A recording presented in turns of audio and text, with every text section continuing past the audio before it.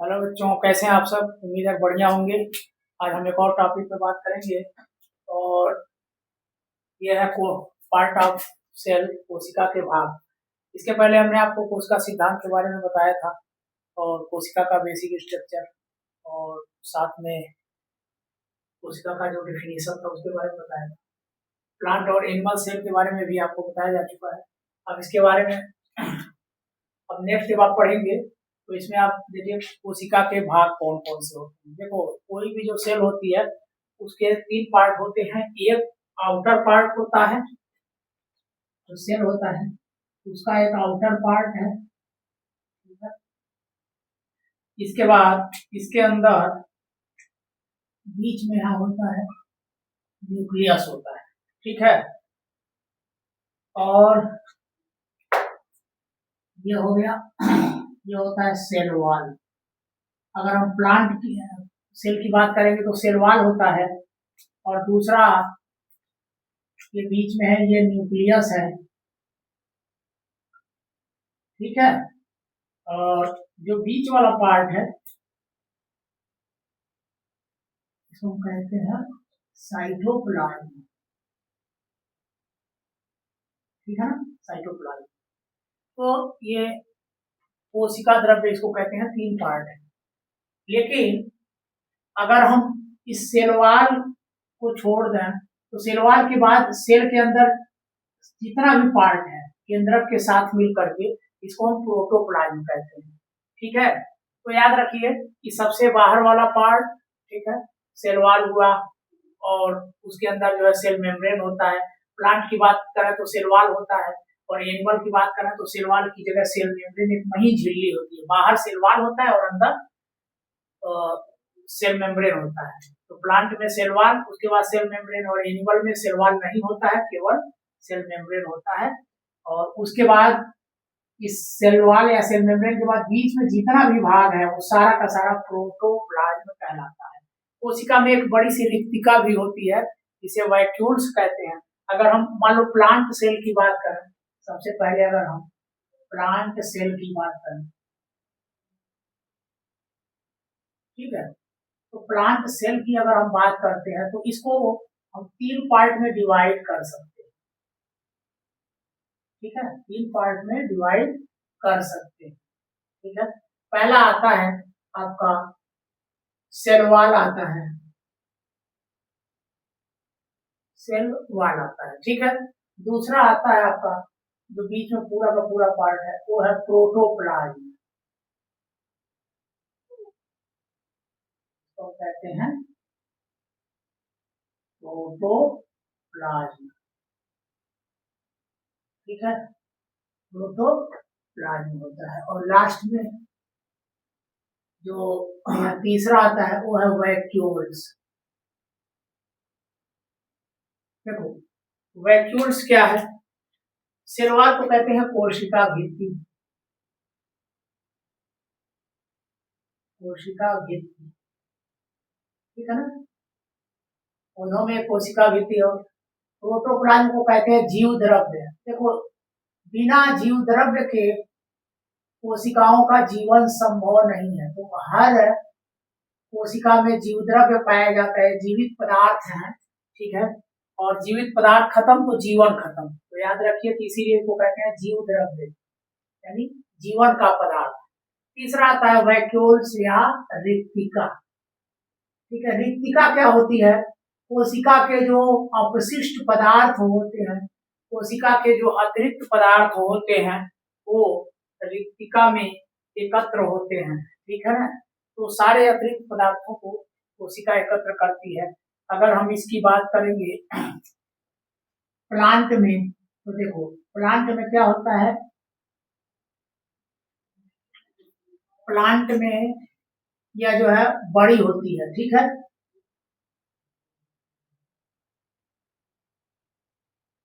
Plant और plant और animal, ठीक है। देखो, प्लांट में क्या होती है ना कि ये रिक्तिका जो होती है ये काफी बड़ी होती है, बहुत बड़ी होती है, ठीक है ना, बड़ी होती है, ठीक है ना। और इसमें क्या होती है, छोटी होती है, छोटी होती है, बहुत छोटी छोटी होती है, ठीक है ना। इसमें बड़ी होती है और इसमें क्या होती है, छोटी होती है। दूसरा चीज क्या है कि संख्या में, जब ये बड़ी होती है तो संख्या में कम होती है, संख्या कम होती है इनकी, संख्या इनकी कम होती है। और इनकी संख्या क्या है, छोटी और अधिक होती है, संख्या अधिक होती है, ठीक है। तो ये याद रखेंगे, ये वैक्यूल्स या रिक्तिका में। अब आते हैं हम, बात करेंगे सेल वॉल की। तो देखो, सेल वॉल किसकी बनी होती है, सेल वॉल जो होती है वो सेलुलोज की बनी होती है। किसकी बनी होती है, सेल्यूलोज की बनी होती है, ठीक है ना।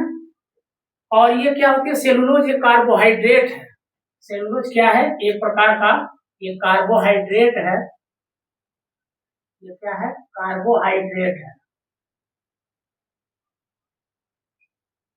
ये जटिल कार्बोहाइड्रेट है, ठीक है। और यह जो होता है निर्जीव होता है, और यह कोशिका को बाहर से पूरी तरह से घेरा बना के रखता है, इसको सुरक्षित रखता है। जब कभी किसी इसमें छिद्र होते हैं, जब किसी सांद्र विलयन के अंदर, कॉन्सेंट्रेट सोल्यूशन के अंदर हम क्या करते हैं, जब किसी प्लांट सेल को डालते हैं तो डालने के बाद क्या होता है कि जो वो कोशिका होती है वो सिकुड़ जाती है। इसका कारण क्या होता है कि कोशिका के अंदर जो जल होता है वो कोशिका झिल्ली से बाहर होकर के, यानी सेल वॉल से बाहर होकर के वो बाहर के सांद्र विलयन में चला जाता है और इस तरह से कोशिका सिकुड़ जाती है, ठीक है। तो याद रखेंगे कि यह सेलुलोज की बनी होती है और निर्जीव होती है, क्या होती है, निर्जीव होती है,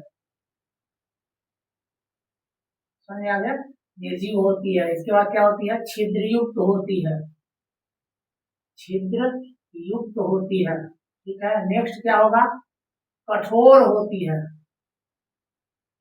कठोर आवरण बनाती है, ठीक है ना। तो याद रखेंगे आप लोग, ये कठोर आवरण बनाती है, समझ आ गया। अब हम बात करेंगे जीव द्रव्य। तो देखिए, जीव द्रव्य या जो प्रोटोप्लाज्म है, इसमें दो भाग आते हैं। कौन कौन से दो भाग आएंगे,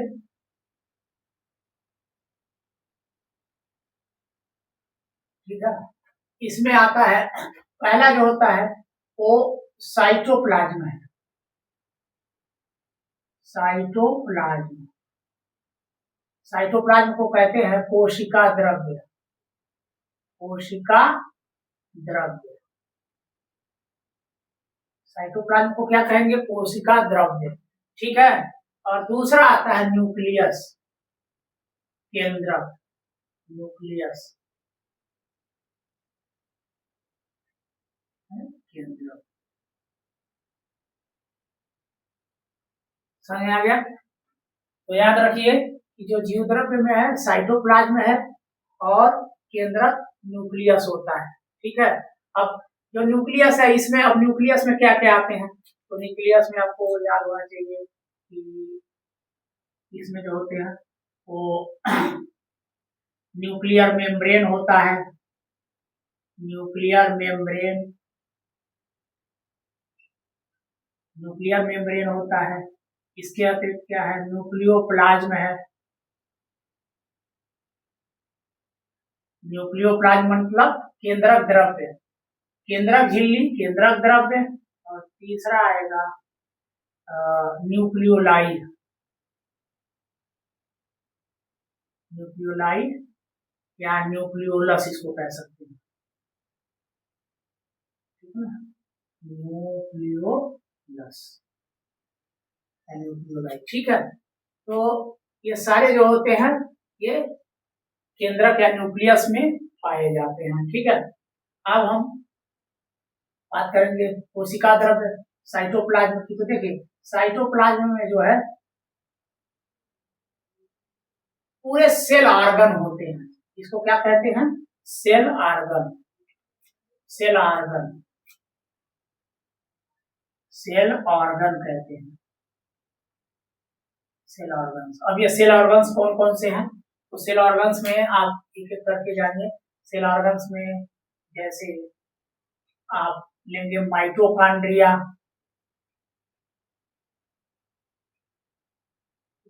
mitochondria, endoplasmic reticulum, endoplasmic reticulum, ठीक है। एंडोप्लाज्मिक रेटिकुलम दो प्रकार की होती है, RER और SER होती है। रग्ड एंडोप्लाज्मिक रेटिकुलम और SER स्मूथ एंडोप्लाज्मिक रेटिकुलम। इसके अतिरिक्त क्या होता है, एंडोप्लाज्मिक रेटिकुलम के बाद आता है गोल्गी बॉडी, गोल्गी apparatus, ठीक है। इसके बाद आता है राइबोसोम, राइबोसोम, इसके बाद आता है लाइसोसोम,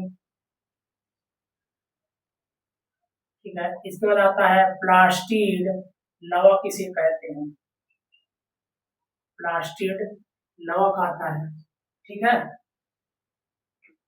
तो ये जो सारे होते हैं, ये सब जो होते हैं, सेंट्रोसोम भी होते हैं।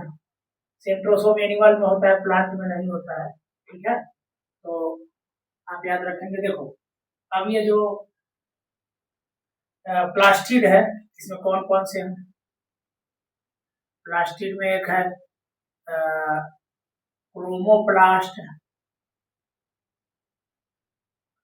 क्रोमोप्लास्ट, ल्यूकोप्लास्ट, हरित, इसको अवर्डी लवक कहते हैं, और इसको कहते हैं क्लोरोप्लास्ट, ठीक है।